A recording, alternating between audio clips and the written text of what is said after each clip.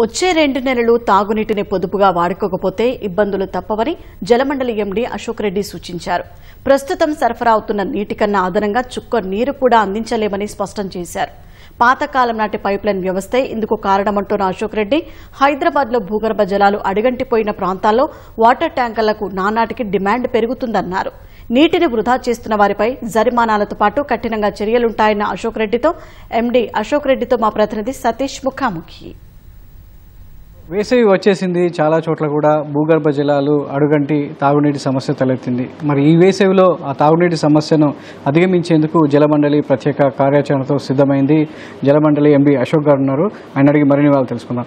అశోక్ రెడ్డి గారు నమస్కారం సార్. నమస్తే అండి. అసలు ఏంటి సార్ ఈ వేసవికి జలమండలి ఏ విధంగా సిద్ధమైంది? జలమండలి టోటల్ గా హైదరాబాద్ ప్రజలకి సంబంధించి వాటర్ సప్లై అండ్ సివరేజ్ కి సంబంధించిన సమస్యలన్నింటినీ రోజువారీ పరిష్కరించడానికి సంవత్సరం అంతా పనిచేస్తూనే ఉంటుంది. అది వర్షాకాలం కావచ్చు, చలికాలం కావచ్చు, ఎండాకాలం కావచ్చు. పర్టికులర్ గా వర్షాకాలం వచ్చేసరికి మనకి సివరేజ్ ప్రాబ్లమ్స్ ఎక్కువ వస్తూ ఉంటాయి. మా కాన్సన్ట్రేషన్ అంతా సివరేజ్ సిస్టమ్ మీద ఉంటుంది. ఎందుకంటే వాటర్ డిమాండ్ అనేది పెద్దగా ఇంపార్టెంట్ ఉండదు. బట్ రెగ్యులర్ వాటర్ సప్లైతో సాటిస్ఫై అవుతారు. గ్రౌండ్ వాటర్ ఉంటుంది కాబట్టి ఎక్కువ ఇబ్బందులు రాదు వర్షాకాలంలో. సో కొద్దిగా 2 నెలలు బ్రేక్ తీసుకున్నామో లేదో ఇంకా గ్రౌండ్ వాటర్ డిప్లీట్ కావడం, దాంతో వాటర్ సప్లై డిమాండ్ పెరగడం అనేది జనరల్గా ప్రతి సంవత్సరం ఉండే సమస్య ఇది. సో ఈ సంవత్సరం కూడా వేసవి వచ్చేసింది. జనవరి నుంచే మనకి గ్రౌండ్ వాటర్ తగ్గడం, ఈ గ్రౌండ్ వాటర్ తగ్గిన దాన్ని ట్యాంకర్స్ ద్వారా రీప్లేస్ చేయడానికి మనకి డిమాండ్ స్టార్ట్ అవుతుంది. గత అనుభవాలని దృష్టిలో పెట్టుకుని మనము ఈ సంవత్సరం ప్లాన్ చేసుకున్నాం ముందస్తుగానే.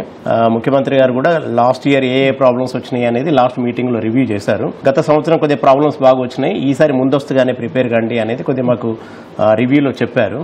సో అందుకే మేము నవంబర్ డిసెంబర్ నుంచే కొద్దిగా ముందస్తుగా ప్రణాళిక చేసుకున్నాం. దానిలో భాగంగా ఎక్కడెక్కడైతే గ్రౌండ్ వాటర్ తగ్గుతుంది అనేది గ్రౌండ్ వాటర్ టేబుల్ ని తెప్పించుకున్నాము. తగ్గే ఏరియాలో ఏ విధంగా మనం సప్లై చేయగలం అనేది ప్లాన్ చేసుకున్నాము. గత సంవత్సరం కంటే డిమాండ్ 50% పెరిగినా 60% పెరిగినా కానీ ఇన్ టైంలో మనం బుక్ చేస్తే ట్యాంకర్ 24 గంటలు ఇవ్వగలిగిన సిస్టమ్ తయారు చేసుకోవాలని చేశాము. ఈ రోజు వరకు అయితే మనం 24 hours లో ఇవ్వగలుగుతున్నాము. ఎండీ లెవెల్లో నాకైతే ఇంతవరకు మాకు ట్యాంకర్ రాలేదు, కొద్దిగా తొందర పంపించండి అనే కాల్ ఈ రోజు వరకు రాలేదు. బట్ ఏప్రిల్ మే అనేది ఇంకా ఎక్కువ ఛాలెంజింగ్ ఉంటుంది. జనవరిలో 5,000 ట్యాంకర్లు బుక్ అయ్యేది రోజుకి, 7,000 నుంచి 8,000 బుక్ అయింది మనకి ఫిబ్రవరిలో. మార్చి ఫస్ట్ వీక్ లో 8,000 ఉంది. సెకండ్ వీక్ థర్డ్ వీక్ వచ్చేసరికి నిన్న హైయెస్ట్ 10,000 ట్యాంకర్స్ బుక్ అయ్యాయి. కాకపోతే మంజీరా ఫేజ్ 2 కొద్దిగా 2 రోజులు షట్ డౌన్ అయింది రిపేర్ వలన. దానివల్ల ఒక 1000 ట్యాంకర్స్ అదనంగా బుక్ అయ్యాయి. అంటే మనకు ప్రస్తుతం హైదరాబాద్ నగరానికి తాగునీరు అందించే రిజర్వాయర్లలో సో ఎంత శాతం నీటి లభ్యత ఉంది? సో మనం ఎంత శాతం నీరును మనం తీసుకొని రోజువారీగా ఎంత MLDల నీటిని మనం సరఫరా చేస్తున్నాం? మనకి ఉన్న సోర్సెస్ మంజీరా, అట్లాగే లోకల్ 2 రిజర్వాయర్స్, కృష్ణా గోదావరి. బేసికల్గా ఈ 5 రిజర్వాయర్స్ నుంచి మనం వాటర్ తీసుకుంటాం. ఈ 5 రిజర్వాయర్స్లో ఈ వర్షాకాలంలో వాటర్ స్టోరేజ్ బాగా ఉంది. బట్ అగ్రికల్చర్ దీనికి ఎక్కువ వాడడం వల్ల కొద్దిగా ఎక్కువ వాటర్ని అగ్రికల్చర్ లెవెల్లో కన్జంప్షన్ అయ్యింది. మేము అనుకున్నాం ఈ సంవత్సరం ఎమర్జెన్సీ పంపింగ్ అవసరం ఉండదు అని అనుకున్నాము. ఒకవేళ వాటర్ కనుక మనకి తక్కువ పడితే ఎమర్జెన్సీ లెవెల్లో వెళ్ళి పంపింగ్ చేసుకునైనా తీసుకొచ్చుకునే ఫెసిలిటీ ఉంది. ఒకవేళ మే 15 తర్వాత ఏదన్నా కృష్ణాలో కానీ లేదు అంటే నాగార్జున సాగర్లో కానీ ఎల్లంపల్లి కానీ అవసరం అనుకుంటే మనం పంపింగ్ ద్వారా తీసుకోవడానికి కావాల్సిన ప్రణాళిక కూడా మేము సిద్ధం చేసుకున్నాం. మా పంపులు తర్వాత వాటి అన్నిటికి సంబంధించిన ఏర్పాట్లు చేసుకుంటున్నాము. 550 MGD ఏదైతే వాటర్ వస్తుందో మనకి 100% డ్రా చేయడానికి కావాల్సిన సోర్స్ని మేము సిద్ధం చేసుకున్నాము. 550 MGD కంటే అదనంగా తీసుకురావడం కష్టం, కానీ అంతవరకు తీసుకురావడానికి జూన్ ఫస్ట్ వీక్ వరకు కూడా మనం ప్రణాళికతో ఉన్నాం. ఇప్పుడు ఏప్రిల్ మేలో కూడా ఎక్కువగా డిమాండ్ ఎక్కువగా ఉంటుంది కాబట్టి మనం సరఫరా చేసే నీరు ఎంతవరకు మనం ఇవ్వగలుగుతాము? అదనంగా ఇచ్చే ఏర్పాట్లు ఏమైనా ఉన్నాయా? అదనంగా అంటే ఇవ్వడానికి పాసిబిలిటీ లేదండి. ఎందుకంటే మనం కృష్ణా నుంచి 3 లైన్స్ ఉన్నాయి.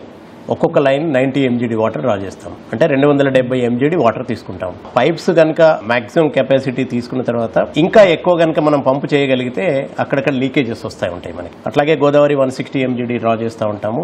మిగతా మంజీరా ఇవి కూడా డ్రా చేస్తాం. ఇంకా కొన్ని సందర్భాల్లో మేము మా కెపాసిటీ కంటే తక్కువ డ్రా చేస్తాం. రీజన్ ఏంటంటే మంజీరా అనేది 50 సంవత్సరాల కింద వేసిన లైన్. ఆ 50 సంవత్సరాల్లో చాలా దగ్గర డ్యామేజెస్ అయినాయి. ఆ లైన్ లో కనుక 100% నేను పంపింగ్ చేయగలిగితే ఎక్కడికక్కడ అది లీకేజెస్ అయ్యి బ్లాస్ట్ అవుతుంది. వస్తున్నాయి. ఓల్డ్ పైప్ లైన్స్ లో నేను 70-75% మాత్రమే డ్రా చేస్తున్నాను. కాబట్టి అదనంగా వాటర్ డ్రా చేయడం ఎంత అక్కడ సోర్స్ ఉన్నా కానీ చేయడం అనేది సాధ్యం కాదు. సో ఈ ఉన్న 550 MGDని కొత్త లైన్స్ కొత్త సోర్స్ నుంచి తీసుకొస్తే తప్పితే అదనంగా మనము వాటర్ ఇవ్వడానికి లేదు. ఏ ప్రాంతాల్లో ఎక్కువగా మనకు డిమాండ్ పెరుగుతుంది, ఆ ప్రాంతాల్లో ఎలాంటి చర్యలు తీసుకుంటున్నాం సార్? కుకట్పల్లి, తర్వాత ప్రగతి నగర్, మియాపూర్, గచ్చిబౌలి, మాదాపూర్, కొండాపూర్, కుత్బుల్లాపూర్, బండ్లగూడ.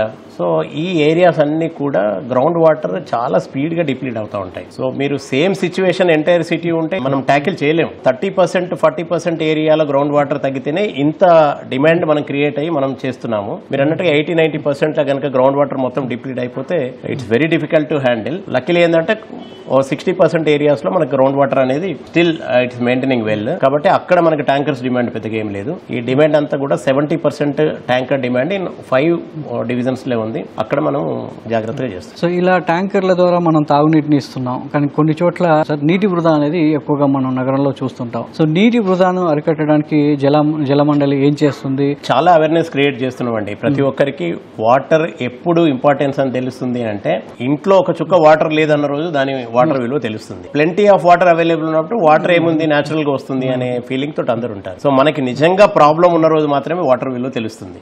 బట్ వాటర్ ఎప్పుడు రెగ్యులర్ గా చాలా లగ్జరీగా వాడుతూ ఉంటారు చాలా మంది. 1 బకెట్ తోటి స్నానం చేసే వాళ్ళు, 2-3 బకెట్లతో షవర్ వేసుకొని స్నానం చేసే వాళ్ళు ఉంటారు. ఎందుకంటే ఇది ఫ్రీగా నేచర్ నుంచి వచ్చేది కదా అని అనుకుంటారు. రీసెంట్ గా ఒక senior retired IAS officer phone చేశారు. మీరు ఏదైనా పోతుంటే రోడ్డు మీద వాటర్ వెళ్తుంటే మీరు పెనాల్టీ వేశారట, మంచి పని చేసావు, బట్ మా ఏరియాకి మా స్ట్రీట్కి వచ్చేసాయి ప్రతి ఇంటి ముందు కారు పెట్టి అడుగుతారు, మీరు ఎందుకు యాక్షన్ తీసుకోకూడదు, గుడ్ వర్క్ చేయండి అని ఫోన్ చేశారు. సో అట్లా అందరికీ ఉంది. కానీ కారు కడిగే వాళ్ళకి కూడా తెలుసు కదా అది ఎండాకాలంలో ఈ వాటర్ని కడగకూడదని, ఇంటి ముందు అరుగు కడగడానికి. సో అట్లీస్ట్ ఈ 100 days ని కొద్దిగా చాలా జాగ్రత్తగా ఈ వాటర్ని వాడాలి. సో అందుకని మేము కూడా దీని మీద కొద్దిగా ఎన్ఫోర్స్మెంట్ ఎక్కువ చేయాలి. మన చట్టంలో ఉంది, వాటర్ని కనుక మిస్యూజ్ చేస్తే, వేస్ట్ చేస్తే పెనాల్టీ వేయొచ్చు అనేది మన వాటర్ బోర్డు చట్టంలో ఉంది. కాకపోతే మనం దాన్ని ఎప్పుడు ఎక్కువ ఇంప్లిమెంట్ చేయలేదు. సో ఈ మధ్యకాలంలో అవేర్నెస్ చేసి ఇక లాస్ట్కి ఎవరు పాటించట్లేదు. దాని మీద కొంత సీరియస్గా పెనాల్టీ సిస్టమ్ మీద వెళ్తే బాగుంటుంది అనేది ఒక ఆలోచన. దానికోసం ఒక కార్యాచరణ ప్రణాళిక సిద్ధం చేస్తున్నాము. నెక్స్ట్ 1-1.5 months దీని మీదనే మా స్టాఫ్ అంతా మేము వర్క్ చేయాలని అనుకుంటున్నాం. అంటే బెంగళూరు లాంటి ప్రాంతాల్లో 5,000 రూపాయల జరిమానా కూడా విధిస్తున్నారు. కేవలం సరఫరా చేసేటువంటి తాగునీటిని వృధా చేయడం అనేది సో మిగతా వాళ్ళకు కూడా నష్టాన్ని చేకూరుస్తుంది. కాబట్టి సో దీని మీద సో జరిమానా విధించడం వల్ల ప్రజల్లో సో ఎంతవరకు మార్పు తీసుకుంటారు? తప్పకుండా అండి. మీరు కూడా రోడ్ల మీద నీళ్లు వెళ్తున్నాయి, మీ లైన్లు పాడవుతున్నాయి, వృధా చేస్తున్నారు కదా, మీ యాక్షన్ ఏంటి అనేది ఒకటి వస్తుంది. తప్పకుండా ఈవెన్ మా సిబ్బంది చేసినా, మా వాటర్ లీకేజ్ రోడ్ల మీద అయినా కానీ మేము కూడా తప్పకుండా అరెస్ట్ చేయాలి. ఆ ప్రయత్నం చేస్తాం. ఎందుకంటే మాకు 10,000 కిలోమీటర్ల వాటర్ లైన్ ఉంటుంది. 50 years, 40 years, 30 years బ్యాక్ వేసిన లైన్లు ఉంటాయి. 56,000 వాల్వ్స్ ఉంటాయి. ఈచ్ వాల్వ్ ఎవ్రీడే ఆపరేట్ చేస్తూ ఉంటారు. ఏ వాల్వ్ ఎక్కడ లీక్ అవుతుంది అనే దానిలో చాలా కష్టంగా ఉంటుంది. మా దృష్టికి వచ్చిన తర్వాత ఇమీడియట్ గా వాటిని అరెస్ట్ చేయడానికి మేము 100% ప్రయత్నం చేస్తాం. కాకపోతే వాటర్ సప్లై అయ్యే టైంలో కనుక మేము వాల్వ్ని రిపేర్ చేయాలి లేదా లీకేజ్ రిపేర్ చేయాలంటే కొద్దిగా కష్టంగా ఉంటుంది. ఆ వాటర్ని టోటల్గా ఆగిపోయిన తర్వాత, ఆపిన తర్వాత మాత్రమే మేము రిపేర్ చేయగలం. మధ్యలో ఆపి రిపేర్ చేస్తే ఆ కాలనీస్ మొత్తం వాటర్ ఎఫెక్ట్ అవుతుంది సప్లై. కాబట్టి ఆ రోజు నాడు సప్లై అయిపోయిన తర్వాత నెక్స్ట్ నైట్ మేము ఆపి అప్పుడు వాటర్ రిపేర్ చేస్తూ ఉంటాం. కాబట్టి ఆ 5 hours, 6 hours అనేది వాటర్ లీకేజ్ పోతూ ఉంటుంది. సో అది ప్రజలు అర్థం చేసుకోవాలి. ఎందుకంటే ఒక గంట సేపట్లో నేను మొత్తం వాటర్ ఆపేసి రిపేర్ చేయడం వల్ల ఆ ఏరియా మొత్తం సప్లై ఎఫెక్ట్ అవుతుంది. So that is the biggest problem. ఈ రోజు ఇక్కడ వాటర్ ఇస్తాం, నెక్స్ట్ డే ఇంకో లేన్కి ఇస్తాము, ఇంకో లేన్కి ఇచ్చినప్పుడు ఇక్కడ రిపేర్ చేస్తాం. సో అది ఒక 5-6 hours, 7 hours రోడ్డు మీద కొద్దిగా వాటర్ పోతూ ఉంటుంది. సో అది టెక్నికల్ ప్రాబ్లం, అది ప్రజలు అర్థం చేసుకోవాలి. సెకండ్ మాకు అప్రిషియేషన్ ఏమొస్తుందంటే, చాలా మంచి పని చేశారు, మా ఇంటి పక్క వాళ్ళు కూడా చేస్తున్నారు, మీరు వాళ్ళ మీద యాక్షన్ తీసుకోండి, మా కాలనీలో చేస్తున్నారు యాక్షన్ తీసుకోండి అని కూడా మాకు మా MCC కానీ నాకు మెయిల్స్ ద్వారా చాలా మంది పంపిస్తున్నారు. మా కాలనీకి రండి, ఇక్కడ జరుగుతుంది, మా కాలనీకి రండి, అక్కడ జరుగుతుంది, మీరు అందరి మీద పెనాల్టీ వేయండి. సో ఆ పాజిటివ్ థింకింగ్ కూడా ప్రజల నుంచి వస్తుంది.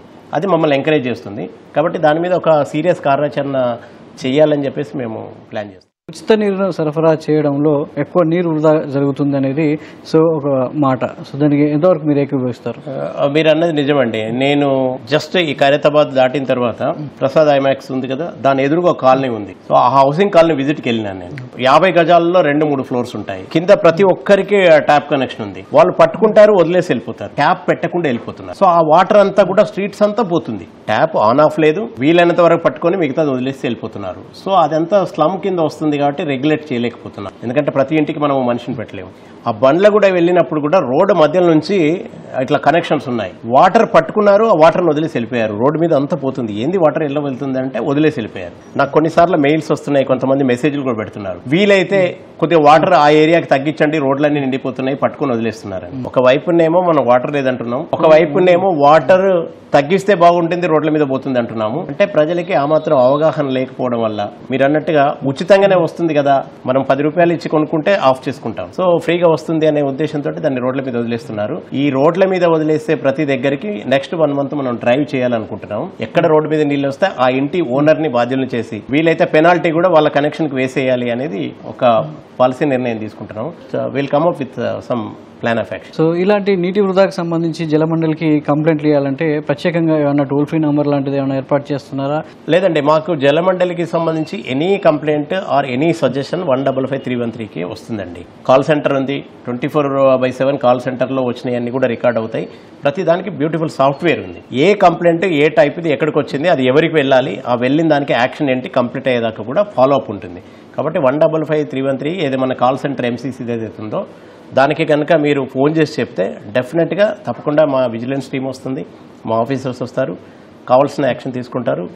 ఆ రిప్లై కూడా మళ్ళీ మీకు పంపిస్తారు. సో భూగర్భ జలాలు పెంచడానికి చాలా వరకు మనం ఇంకుడు గుంతల విధానాన్ని కూడా పాటించాలని చెప్పి తరచుగా చెప్తూనే ఉన్నాం. ఆ ఇంకుడు గుంతల విధానం మీద సో జలమండలి ఏ విధంగా కఠిన చర్యలు తీసుకుంటుంది? బేసికల్గా ఇంకుడు గుంతలు అనేది నిజంగా చెప్పాలంటే గవర్నమెంట్ ఎన్ఫోర్స్ చేసే విధానం కాదండి. కాకపోతే ప్రజలు ఎవరికి వాళ్ళు స్వచ్ఛందంగా చేసుకోగలిగితే 100% సక్సెస్ అవుతుంది. బట్ అప్పటికీ వాలంటరీగా ఎవరు చేయట్లేదు అనే ఉద్దేశంతో ఈవెన్ పాలసీ డెసిషన్ లెవెల్లో కూడా GHMCలో కానీ లేకపోతే వాటర్ బోర్డులో కానీ ఎప్పుడైతే పర్మిషన్స్ మనం ఇస్తున్నామో ఆ పర్మిషన్లో కండిషన్ పెడుతున్నాం, కంపల్సరీగా 300 స్క్వేర్ యార్డ్స్ కనుక పైన ఉంటే మీరు ఇంకుడు గుంత చేయాల్సిందే, లేదంటే మీకు ఆక్యుపెన్సీ సర్టిఫికేట్ రాదు అనే ఒక కండిషన్ కూడా పెడుతున్నారు బిల్డింగ్ పర్మిషన్ అప్పుడు. అయినా కానీ చాలా మంది చేసుకోకపోవడం వల్ల ఈ గ్రౌండ్ వాటర్ ప్రాబ్లం వస్తుంది. మీకు తెలుసు, అంతా సిమెంట్ కాంక్రీట్ అయిపోయింది. వాళ్ళ బిల్డింగ్ మీద వచ్చిన వాటర్ వాళ్ళ ల్యాండ్లో కనుక వెళ్తే వాళ్ళ బోర్ రీఛార్జ్ అవుతుంది. అది వాళ్ళ కోసం చెప్తున్నాం. బట్ మెనీ పీపుల్ ఫాలో కావట్లేదు. మేము లాస్ట్ టైం సర్వే చేసినప్పుడు మా టీమ్స్ అన్ని కూడా NGOs పెట్టి చేపించాం. దాదాపు ఒక 50,000 హౌసెస్ ని మనం ఐడెంటిఫై చేసాం. ఈ 5 లొకేషన్స్ లో ఎక్కడ బాగా ప్రాబ్లం ఉంది, ట్యాంకర్స్ ఎక్కడ ఎక్కువ బుక్ అవుతున్నాయి, అందులో దాదాపు ఒక 18 నుంచి 20,000 మందికి వాటర్ హార్వెస్టింగ్ స్ట్రక్చర్స్ చేసుకున్నారు, కొన్ని చేస్తున్నారు, అంతవరకు అయింది. ఇంకా మిగతా 30,000 మందికి కూడా మనం నోటీసెస్ ఇచ్చాము. ఇమీడియట్గా మీరు వాటర్ హార్వెస్టింగ్ స్ట్రక్చర్ చేసుకోండి.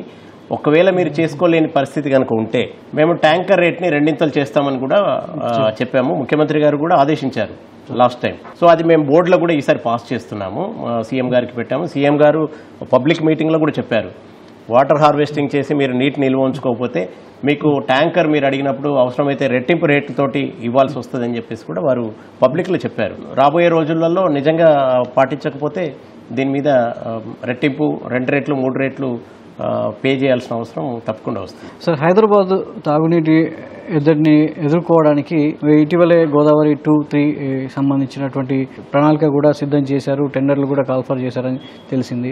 సో అది వస్తే ఎంతవరకు మనకు హైదరాబాద్కి తాగునీటి సమస్యను అధిగమించవచ్చు? గత water board governing body meeting CM గారు రివ్యూ చేసిన 2 అవర్స్లో ఏంటంటే మన డిమాండ్ ఏంటి, మన సప్లై ఏంటి, గ్యాప్ ఎంత ఉంది అనే దాని మీద ఫస్ట్ కాన్సన్ట్రేట్ చేశారు.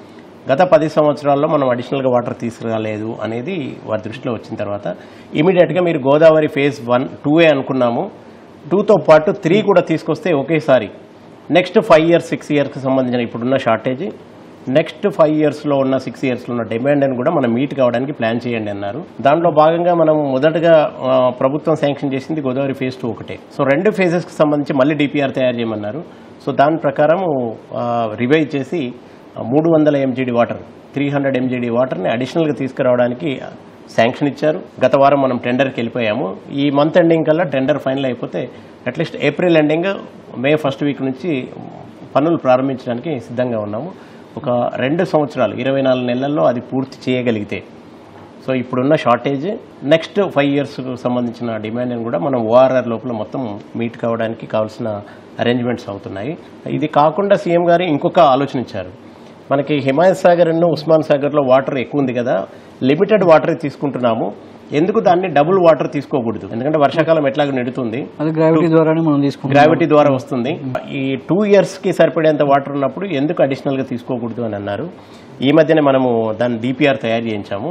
దాంతో డబుల్ క్వాంటిటీ తీసుకోవడానికి కూడా ఒక డిపిఆర్ తయారు చేశాము. ఒకవేళ ఇమీడియట్గా శాంక్షన్ కాగలిగితే నెక్స్ట్ సమ్మర్కి అవసరమైతే గోదావరి ఫేజ్ 2, 3 రావడానికంటే ముందే ఇంకొక 20-30 MGD వాటర్ని మనం అదనంగా తీసుకోగలిగితే నెక్స్ట్ సమ్మర్కి కొద్దిగా బెనిఫిట్ అవుతుంది అని అనుకుంటున్నాం. సో ఈ రాబోయే 2 నెలల్లో సో తప్పదంటారా జనాలకి ఉన్న నీటిని పొదుపుగా వాడుకోవాల్సిన పరిస్థితి ఉంటుందా, లేదంటే అదనంగా వాళ్ళ ఆశించినట్టు మనం సరఫరా చేసే అవకాశాలు ఉన్నాయంటారా? తప్పకుండా అండి, డెఫినెట్గా ప్రతి ఒక్కరు రియలైజ్ కావాలి. మనకి ఇంటర్నేషనల్ స్టాండర్డ్స్లో కూడా పర్ పర్సన్ పర్ డే ఎంత వాటర్ ఇవ్వాలి అనే దానిలో ఒక స్టాటిస్టిక్స్ ఉన్నాయి. ఈవెన్ యూరోపియన్ కంట్రీస్ కానీ డెవలప్డ్ కంట్రీస్ కానీ లగ్జరీగా వాటర్ ఎవరు ఇవ్వరు. పర్ హెడ్ పర్ డే మనం ఒక 100-120 లీటర్స్ ఇవ్వగలిగితే that is the best supply system. But మన దగ్గర మాకు స్విమ్మింగ్ పూల్ మెయింటైన్ చేసే వాళ్ళు ఉంటారు, క్లబ్ హౌజులు మెయింటైన్ చేసే వాళ్ళు ఉంటారు. మాకు లాస్ట్ మంత్ 60 KL వచ్చింది, ఈసారి 50 KL వచ్చింది అని అడుగుతారు. సో 60-50 అనేది అడిషనల్ వాటర్ వీఆర్ గివింగ్. ఫ్యామిలీకి ఎంత కావాలి అంత ఇచ్చిన తర్వాత మిగతాదంతా కూడా అడిషనల్గా ఇచ్చినట్టుగా. అంటే మినిమం వాటర్ కూడా ఇవ్వట్లేదు అని అంటారు. వాట్ ఈస్ మినిమం అనే దానిలో డెఫినేషన్ వాళ్ళకి తెలియట్లా. సో ప్రతి వ్యక్తికి రోజుకి ఒక 100-125 లీటర్లు ఇవ్వగలిగితే, పర్ ఫ్యామిలీకి 4 మెంబర్స్ అనుకుంటే 500 లీటర్స్ ఇస్తే పర్ మంత్ 15,000 లీటర్స్ ఇవ్వాలి. That is norms. సరిపోయే అంత వాటర్ కాదు, సరిపుచ్చుకునే అంత వాటర్ని తప్పకుండా ఇస్తాము. అందరూ దయచేసి దాన్ని పాటించాలి, పొదుపు పాటించండి, తక్కువ వాడండి, రోడ్ల మీద వాటర్ రాకుండా చూడండి, అది మీ బాధ్యత. సో అలా అందరం కనుక మనం కృషి చేస్తే ఈ సమ్మర్ని గట్టెక్కగలము. ఎంతసేపు వాటర్ ఎక్కువ ఇవ్వాలి కాదు, ఉన్న వాటర్ని సద్వినియోగం చేసుకొని పొదుపుగా వాడుకుంటే మనం ఈ ఎండాకాలంని తప్పకుండా మనం విజయవంతంగా ఎదుర్కోవచ్చు. మీరందరూ తప్పకుండా ఇది పాటించి వాటర్ బోర్డుకి సహకరించాలి. మీకు 99% ఎవరికి ఇబ్బంది కలగకుండా రేయింబగళ్ళు స్టాఫ్ పనిచేస్తున్నారు, వాళ్ళకి కూడా కోఆపరేట్ చేయండి.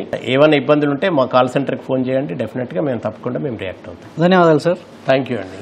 ఇది జలమండలి ఎండి అశోక్ రెడ్డి గారు చెప్పినటువంటి విషయాలు విన్నారు కదా. నీటిని ఎంత పొదుపుగా వాడుకుంటే హైదరాబాద్ నగరంలో అంత నీటి కష్టాల నుంచి గట్టెక్కించవచ్చు. అంతేవిధంగా ప్రభుత్వ ఆలోచన ప్రకారం గోదావరి 2-3 దశలు పూర్తయితే సో హైదరాబాద్లో రాబోయే రోజుల్లో నీటి ఎద్దడి ఉండదని చెప్పేసి జలమండలి ఆశాభావం వ్యక్తం చేస్తుంది. కెమెరామెన్ మల్లికార్జున్తో సతీష్, ఈటీవీ న్యూస్, హైదరాబాద్.